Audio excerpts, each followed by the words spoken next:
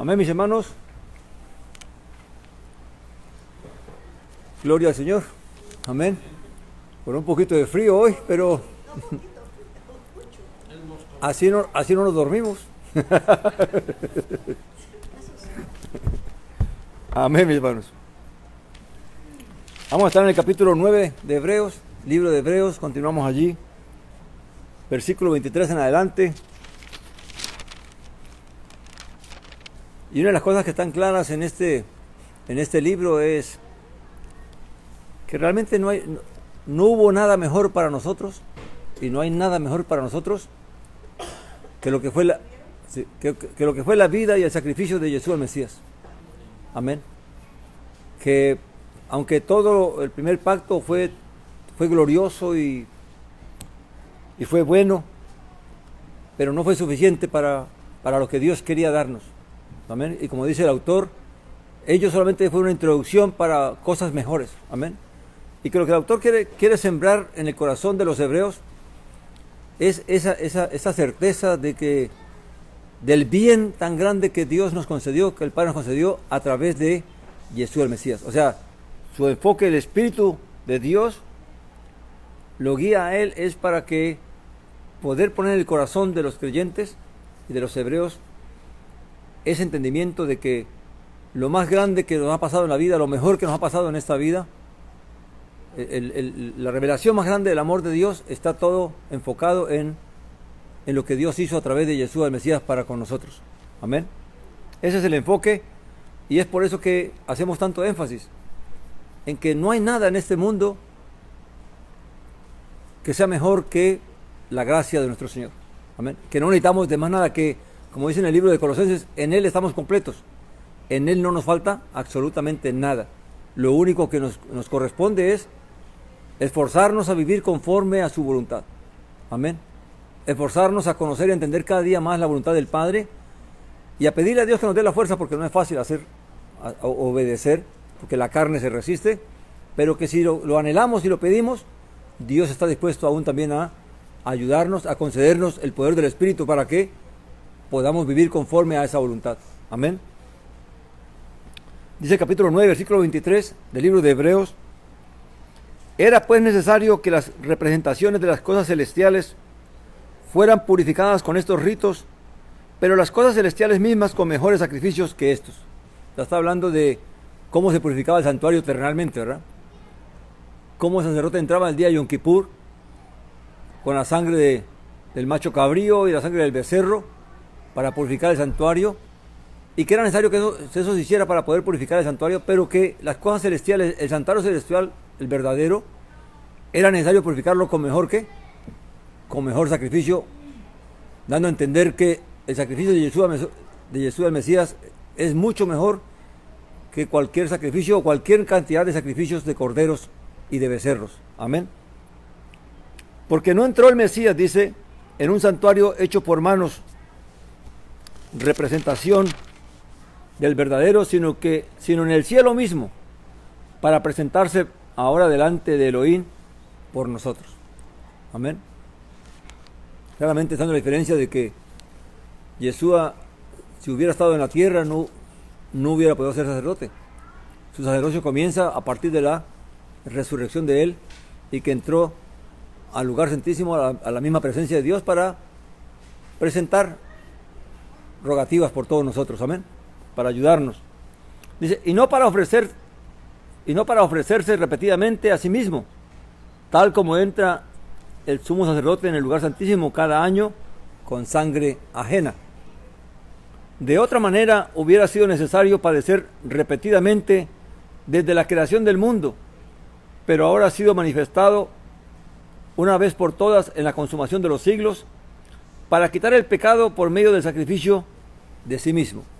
Fíjese que en el plan de Dios de la restauración del hombre y de la redención del ser humano, estaba planificada para un tiempo específico, y por eso Jesús aparece solamente una vez. Amén.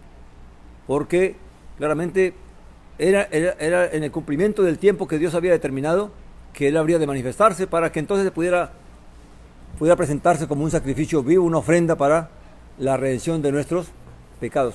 Que todo lo demás fue hecho solamente como un medio para poder ir revelando el plan de Dios, amén, pero que era solamente una introducción a cosas mejores, amén. Dice, y tal como está establecido para los hombres que mueran una sola vez y después de esto, el juicio. O sea, fíjate bien, que Yeshua mismo se sometió a la regla del ser humano, amén. El ser humano solamente puede existir una sola vez en esta creación, amén, en la forma como fuimos creados. Claro que después de la resurrección seguiremos existiendo, pero ya no en esta creación, ya no con este cuerpo y esta sangre. Pero Yeshua mismo tuvo que venir. Dios estableció un tiempo específico en la historia, en la cronología del hombre, para que Él apareciera. Y así como todos los hombres, Él existiera una sola vez, viviera, muriera, y así mismo que viniera el juicio. Amén. Aunque para Él no hubo juicio, lo que hubo fue una glorificación y una exaltación, porque Dios le concedió la vida. Ahora, esto establece una cosa. Fíjate que si uno no medita, si el Señor no permite que uno comprenda un poquito más, esta sentencia del Espíritu en cuanto a que los hombres existan una solamente vez y después del juicio, elimina completamente la doctrina y la religión de la reencarnación. Ningún creyente que crea en esta palabra podrá creer en la reencarnación, porque según la Biblia no existe la reencarnación. El hombre existe una sola vez. Eso de que uno muere y reencarna en un animal y que después reencarna en otra persona, eso según la Escritura, y si la creemos, creeremos esto, y si no creemos, pues no creeremos esto, pero es lo que Dios estableció, que el hombre exista una sola. El primer Adán existió solamente una vez. El postrer Adán, Jesús el Mesías, existió solamente una vez humanamente. ¿Amén? Hablando de esta creación. Entonces, esto elimina cualquier doctrina y enseñanza acerca de la reencarnación. Hay gente que cree en la reencarnación. Hay gente que cree que uno muere y que después va a reencarnar en otra cosa. El verdadero creyente, el que cree en Dios, no puede creer eso. Que el mundo lo crea, que el hinduismo y el budismo crean que se puede reencarnar. Fíjense bien que la idea del budismo, en la creencia de la reencarnación, ¿cuál es? Que cada vez que el hombre se reencarna, según ellos, se va perfeccionando. Y en la medida que se va perfeccionando, ya deja de reencarnarse. Hasta que llega al nirvana. Que el nirvana es el estado donde llegan las almas puras, según el budismo y el hinduismo. Pero en la Biblia, en el plan de Dios, la perfección es aquí, en esta vida y ahora. Si no te perfeccionas aquí, no hay más oportunidad, no hay más chance. Amén.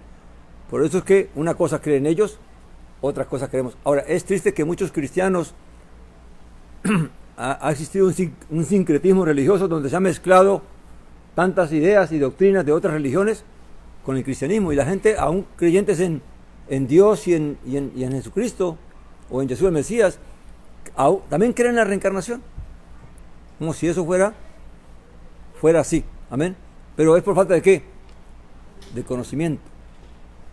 También es bueno entender que aquí también la Biblia acaba con otra doctrina, que es la doctrina del purgatorio. Después de la muerte viene un ¿qué? Un juicio. Nadie es condenado ni nadie es salvado hasta el día del juicio. Amén. Por eso sabemos, y por el testimonio que la Escritura da en otras partes, de que los muertos están descansando, de que los muertos están durmiendo hasta que venga el día del juicio y todos sean levantados para recibir el juicio, sea para vida o sea para destrucción. Amén. Porque dejarán de ser. Los que no reciban la vida, pues serán destruidos, dejarán de existir eternamente, ¿verdad? Pero los que reciban la vida, pues heredarán la vida eterna. Amén. Entonces, esta sola expresión, acompañada de otras testimonios de la Escritura, elimina cualquier doctrina de las que hoy en día Por eso que nosotros no creemos en el rezo de los muertos y en pedir por los muertos, porque no podemos hacer nada por ellos, ni ellos pueden hacer nada por nosotros.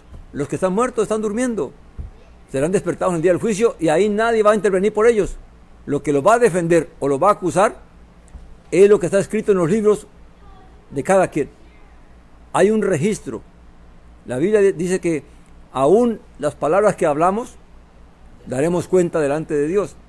Todo lo que hagamos y todo lo que digamos y todo lo que hagamos va a quedar registrado en los libros y en el día del juicio se leerá a cada quien lo que hizo. Y eso será lo que lo defienda o lo que lo condene. Amén.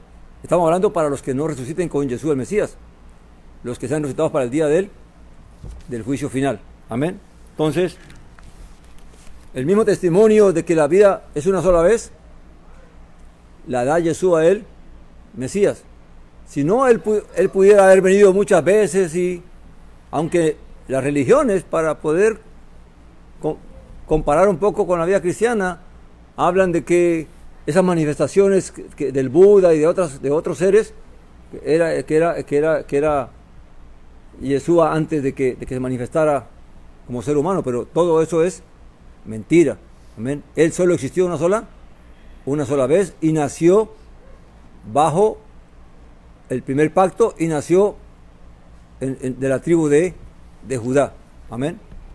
No fue ni chino ni hindú, fue israelita de nacimiento. Amén. Dice, así también el Mesías fue ofrecido, versículo 28 estamos.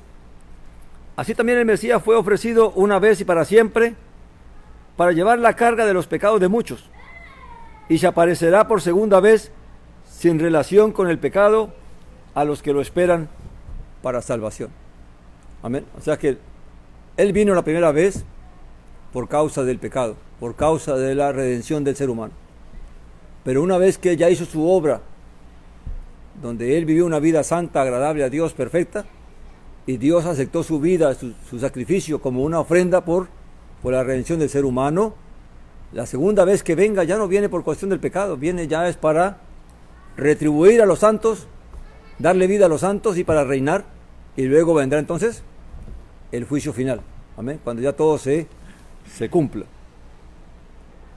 Capítulo 10, versículo 1 dice: porque la ley, o sea la Torá de Moisés, teniendo meramente una sombra de los bienes destinados a venir, no la imagen misma de las cosas, nunca puede perfeccionar a los que se acercan por medio de los mismos sacrificios que se ofrecen continuamente cada año. O sea que todo lo que estaba instituido en la Torá de Moisés, en la instrucción de Moisés, en los mandamientos de Moisés, claramente, aunque fue santo y fue justo y fue bueno, no fue perfecto, porque no pudo perfeccionar a los hombres para que los hombres dejaran de pecar, sino que continuamente cada año había que hacer ¿qué? Los mismos sacrificios y traer a la memoria los mismos pecados. Recuerde que el punto central del Evangelio, la gente habla de la salvación, pero la salvación es solamente el medio para el cual Dios cumple su propósito en nuestras vidas, que es que seamos ¿qué? Perfeccionados. Si no somos perfeccionados, de nada nos sirve la salvación, porque Dios nos salva es para eso, para que nosotros podamos ¿qué? Cumplir su propósito y su voluntad. Si el creyente que es salvado de su condición de pecador o de la condición que se encuentre, pero no camina en la perfección, no busca ser mejor, delante de Dios, entonces realmente no ha cumplido el propósito de Dios y su salvación se puede no alcanzar la meta, que es alcanzar la vida eterna. Amén. Porque, como dice la Escritura, habremos creído en vano. Amén. Dice, de otra manera, hablando de los sacrificios terrenales, no habrían cesado de ser ofrecidos, puesto que los que adoran una vez purificados no tendrían ya más conciencia de pecado.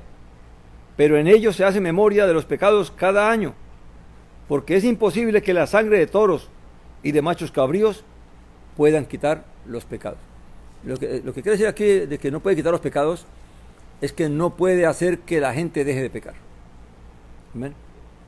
Todos los rituales del primer pacto, todos los sacrificios que se hacían, aún el que la persona hacía voluntariamente porque se arrepentía de haber cometido una falta y iba y presentaba un sacrificio, ese sacrificio cubría solamente ese pecado, pero no le daba el poder, no le ayudaba para que él no dejara de pecar, sino que seguía otra vez que pecando y volviendo otra vez a tener que presentar nuevos sacrificios. Amén. Dice el versículo 5, por lo cual entrando en el mundo dice, aquí está hablando ya de Yeshua cuando se manifiesta en este mundo, ¿cuál fue su propósito? Dice, por lo cual entrando en el mundo dice, sacrificio de ofrenda no quisiste, pero me preparaste cuerpo. Y aquí nos pregunta, bueno, ¿cómo así que Dios no quería sacrificio de ofrenda? Claramente Él lo permitió porque era necesario mientras se manifestaba lo que era verdadero. Así que quiere decir que el primer pacto y el santuario, el tabernáculo, todo fue permitido, simplemente era ¿por qué? Porque aún no se había manifestado la realidad de las cosas. Y dice que me preparaste cuerpo, o sea, vino a ofrecer lo que realmente, el sacrificio que Dios realmente quería recibir, que era la obediencia del Mesías y su santidad y su perfección. Amén. Dice, holocausto, versículo 6, holocaustos y expiaciones no quisiste. Entonces dije, he aquí vengo, oh Elohim, para hacer tu voluntad. En la cabecilla o en el principio del rollo está escrito acerca de mí. Quiere decir que el Mesías tenía conciencia de que todo lo que a él iba a suceder, todo lo que él iba a vivir, ya estaba escrito. Y por eso en la otra parte dice él, porque mi vida va conforme está escrito de mí. Por eso cuando él dijo que no pasará la ley hasta que no se cumpla una yod y un guión de la Torá, lo que él quiso decir es que todo lo que estaba escrito, tanto en la Torá de Moisés como en los profetas, acerca de él, de lo que tenía que vivir, de lo que tenía que pasar, todo eso tenía que cumplirse sin falta, en él. Y por eso él vino, ¿para qué? Para que se cumpliera la Torá, lo que estaba escrito. Amén. Nada de lo que estaba escrito faltó, o lo que falta también habrá de qué, de cumplirse. Diciendo antes, versículo 8, sacrificios y ofrendas y holocaustos y expiaciones no quisiste ni escogiste, las cuales cosas son ofrecidas según la Torá. Hay una parte que hay un profeta que dice que Dios estaba cansado de los sacrificios de Israel. Y estaba cansado porque ellos se presentaban con sacrificios, pero su corazón no querían cambiarlo. Y en otra parte dice el profeta, este pueblo de labios me honra, pero su corazón está lejos de mí. Y hoy en día nos pasa casi igual. Hoy en día muchos de nosotros cantamos, nos gusta cantar alabanzas y adorar a Dios, pero nuestro corazón no quiere rendirse a Él, a hacer su voluntad. Amén. Entonces, claramente, el Mesías vino para darle al Padre lo que realmente Él quería. Y era un corazón obediente, un corazón dispuesto, un alma y un espíritu dispuesto para servirle y hacer lo que Él le agradaba. Y ese es el mismo llamado para nosotros. Por eso que el creyente tiene que entender que no fuimos salvos para vivir una vida alegre y de bienestar en esta vida, sino que somos llamados es ¿para qué? Para perfeccionarnos, para que la obra de Dios se vea en nosotros. Y que aquellos que nos rodean puedan ver de que realmente Dios ha hecho una obra en nosotros. Porque, como hablamos esta mañana, porque a veces la gente ve como hipócritas a los evangélicos, a los cristianos, porque aunque hablamos mucho de Dios y andamos pregonando la salvación y todo eso, nuestro comportamiento deja mucho que desear. Y mucha gente se atreve a decir que para ser hipócrita como un cristiano o un evangélico prefiere no ser creyente, que no se excusa porque pues no sea como él, pero sea diferente, pero cree. Amén. Pero el punto es de que tristemente la imagen de la fe la hemos dañado tanto que en realidad la gente no ve en nosotros lo que es el plan y el propósito y la voluntad de Dios, y es que nosotros cada día que cometemos errores, sí, pero cada día deberían ser menos. Amén. Hay que reconocer Yo creo que en la vida de cualquier persona que es creyente, que realmente desea agradar a Dios y que desea perfeccionarse, va a descubrir que aunque quiere, aún comete errores. Pero que lo que importa no son los errores que comete, sino el deseo de querer de querer ser mejor, de querer cambiar, de pedirle a Dios cada día que me ayude a cambiar, que me ayude cada día a evitarme todos esos errores que hasta el presente estoy cometiendo. Y cada día se va a ver, porque Dios va a cumplir su propósito en nuestras vidas. Amén. Dice, entonces ha dicho, versículo 9, he aquí he venido para hacer tu voluntad, quita lo primero para establecer lo segundo. Y aquí se ve entonces de que el Espíritu o el Mesías claramente viene con el propósito de ¿qué? De que lo primero sea ¿qué? Quitado, porque fue defectuoso, fue ineficiente, y entonces puede establecerse lo segundo, que es el nuevo pacto y el nuevo plan que Dios tiene para nuestras vidas. Amén. Dice, en esa voluntad de quitar una cosa y poner la otra porque es mejor, dice, en esa voluntad somos santificados por la ofrenda del cuerpo de Jesús el Mesías, una vez y para siempre. Amén. Y todo sacerdote, dice, en verdad está de pie, día tras día ministrando y ofreciendo repetidamente los mismos sacrificios, que nunca pueden quitar los pecados. Ahora, fíjate el punto aquí que pone el autor. Dice que, y todo sacerdote en verdad está ¿qué? ¿Cómo está el sacerdote? ¿En qué posición está? ¿Qué dice el texto ahí? ¿En qué posición está el sacerdote? ¿Pero está parado o está sentado? ¿Está qué? No están leyendo el texto. No, dice, y todo sacerdote, versículo 11 estoy. Y todo sacerdote en verdad está de pie, ¿verdad? Día tras día ministrando. Oh, sí. Oh, interesante. Ok.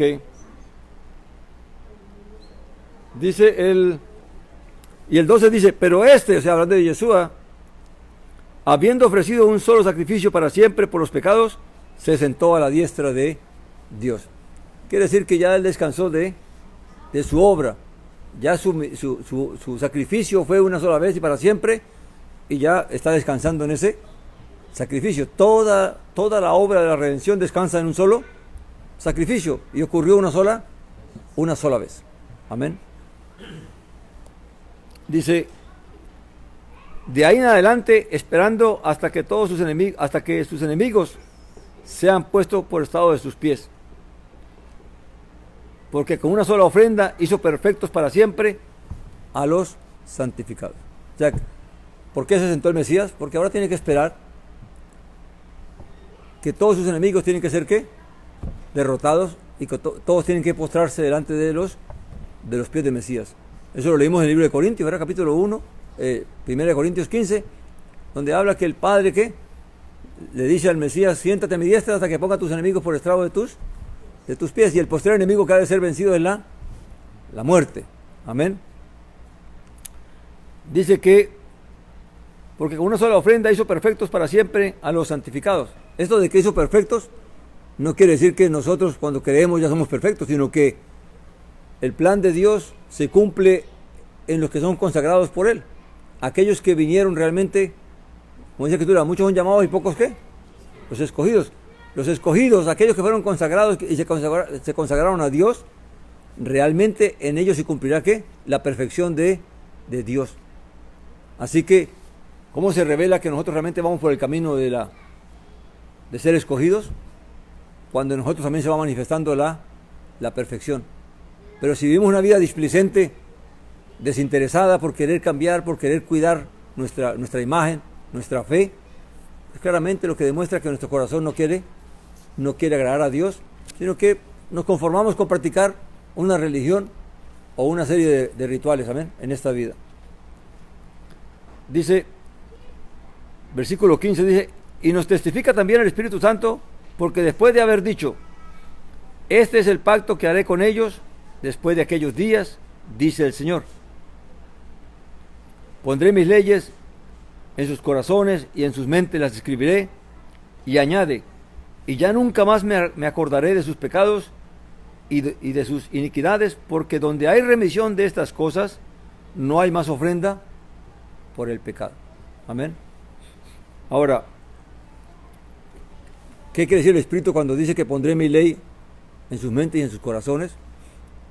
Es que la señal más evidente de un verdadero creyente es que en él va a estar el deseo de querer servir a Dios y agradar a Dios y obedecer a Dios. Porque esa es la señal de que el Espíritu Santo realmente lo está guiando. Por eso dice en el libro de Romanos, dice, o obedecéis a la carne o obedecéis al Espíritu. Porque si sois guiados por la carne, entonces lo que heredamos es la muerte, ¿verdad? Pero si somos guiados por el Espíritu, entonces heredamos ¿qué? La vida. Entonces, la verdadera señal en el verdadero creyente es esa disposición y ese deseo, ese anhelo que tiene de querer hacer la voluntad de Dios, de querer realmente cuidarse de no pecar, de querer cuidarse cada día, de limpiarse de todo aquello que lo contamina y que lo puede llevar a ¿qué? A pecar o a hacer lo que a Dios no le agrada. Si en el corazón de un creyente no existe esa disposición, porque recuerde que la Biblia dice que Dios pone el querer como el hacer, significa que, y dice también por ahí, dice que Dios concede el deseo de nuestro corazón conforme a nuestro deseo. Si una persona desea realmente agradar a Dios, claramente Dios le va a poner el deseo en su corazón y le va a dar la fuerza para hacerlo. Pero si nosotros somos desinteresados, no nos importa obedecer a Dios y agradar a Dios, claramente Dios no nos va a ayudar. Porque Dios no forza a nadie a hacer lo que uno no quiere. Porque Dios obra en nosotros conforme al deseo de nuestro corazón. Y si lo queremos, Dios nos ayuda. Si estamos dispuestos y anhelamos, Dios está dispuesto también. Pero si el creyente o la persona no entiende, no anhela, no desea santificarse, entonces claramente tampoco va a recibir ¿qué? La ayuda. Todo depende de lo que nosotros queremos. Y Dios lo hace posible. Porque dice la Escritura que sin Él nada es posible. Si Dios no edifica la ciudad, dice, en vano trabajan los que la edifican. O sea, si nosotros realmente no queremos, nada va a suceder porque Dios no lo va a hacer. Pero si queremos, por muy difícil que sea, porque la perfección y todos aquellos que estamos pasando por este momento o estén pasando por este momento, vamos a entender que es difícil, no es fácil. No es fácil cada día reconocer y entender el mal que está en uno. Amén. Como lo hablamos esta mañana, así como una persona que quiere perfeccionar una obra, la escudriña, la examina para detalle por detalle para ver si es perfecta o no es perfecta, así también Dios por el Espíritu nos va permitiendo cada día examinarnos a nosotros mismos y vamos a ir descubriendo algo muy doloroso que dice la Escritura. Dice, el que añade conocimiento añade dolor.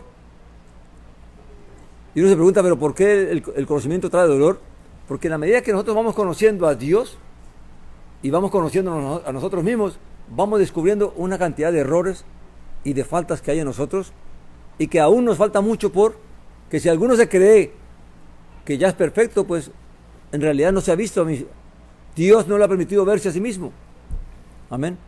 Porque uno, después de muchos años, uno va a descubrir que hay cosas que aún están allá en lo más profundo de nuestro corazón, que no habíamos visto y que no habíamos entrado a ese espacio para mirar, que tal vez en nosotros hay avaricia, o codicia, o envidia, o celos, o resentimientos, que están allá, sino que no se manifestaban porque no se había dado el espacio para que se manifestasen.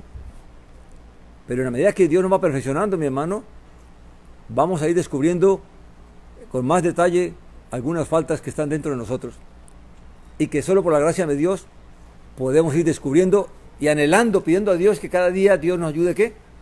A limpiarnos cada día más de esta contaminación y poder ser verdaderamente libres en Jesús, el Mesías. Porque para eso vino Él, para hacer lo que el primer pacto no pudo hacer, lo que los sacrificios no pudieron hacer, lo que la ley no pudo hacer. Lo podemos hacer gracias a la redención que hemos recibido en Jesús, el Mesías. Y eso es lo que el autor trata de exhortar a los hebreos a entender de que realmente todo aquello fracasó fue porque no pudo llevar el propósito de Dios de que los hombres fueran perfeccionados, pero que ahora en Jesús el Mesías ya fuimos perfeccionados, dice, amén, y que la perfección es posible si uno realmente la anhela y la quiere, amén. Así que vamos a dejarlo allí porque luego viene una exhortación que la dejaremos para el próximo Shabbat, pero este es el propósito por el cual nosotros realmente no necesitamos a más nadie ni a más nada, sino que todo lo que Dios nos ha dado, nos lo ha dado en Yeshua el Mesías o en Jesucristo, y que en Él lo tenemos todo si realmente entendemos y comprendemos lo que Dios nos ha concedido y a lo que Dios nos ha llamado. Amén. Que sea Dios ayudándonos cada día a ser mejores, que Dios nos permita cada día más poder ver nuestra falta, nuestros errores, y que Dios ponga en nosotros el querer como el hacer, para querer limpiarnos de eso. Amén. Para no cometer los mismos errores, que si antes éramos rencorosos, ya no seamos más rencorosos, que si antes teníamos, usted se imagina, meditaba en algo que es muy difícil para una persona, lo que es la cleptomanía. Usted sabe lo que es la cleptomanía, ¿verdad? Ser cleptómano es la persona que roba por impulso, que en realidad no está pensando ni en robar, sino que siente el impulso de robar. Imagina usted, para una persona ser liberada de eso, ¿cuánto tiempo le toma? Pues todo depende de el deseo que él tenga de dejar de hacerlo, ¿verdad? De poner cuidado a donde quiera que va, de que su mano no vaya a coger lo que no debe. Amén. Pero para eso tiene que buscar a Dios, pedirle a Dios que lo ayude, y es Dios el que dará la fuerza para que él pueda controlarse y dominarse, y entonces no llegar a hacerlo. Puede ser que alguna ocasión, estando en ese proceso, lo haga, pero también lo llevará a arrepentirse, a sentirse mal delante de Dios, a saber que aún está fallando y que no puede seguir fallando, y que por lo tanto el único remedio que nos queda es pedirle a Dios: dame fuerzas para no volverlo, perdóname por lo que hice, no quise hacerlo, pero aún está esta debilidad en mí o esta flaqueza en mí, pero ayúdame para no volverlo a hacer. Recuerde, todo depende de del corazón nuestro. Si lo anhelamos, si de verdad lo queremos, Dios nos va a ayudar y Dios nos va a liberar. Amén. Porque para eso nos dio su Santo Espíritu. Oramos, mis hermanos. Mi hermana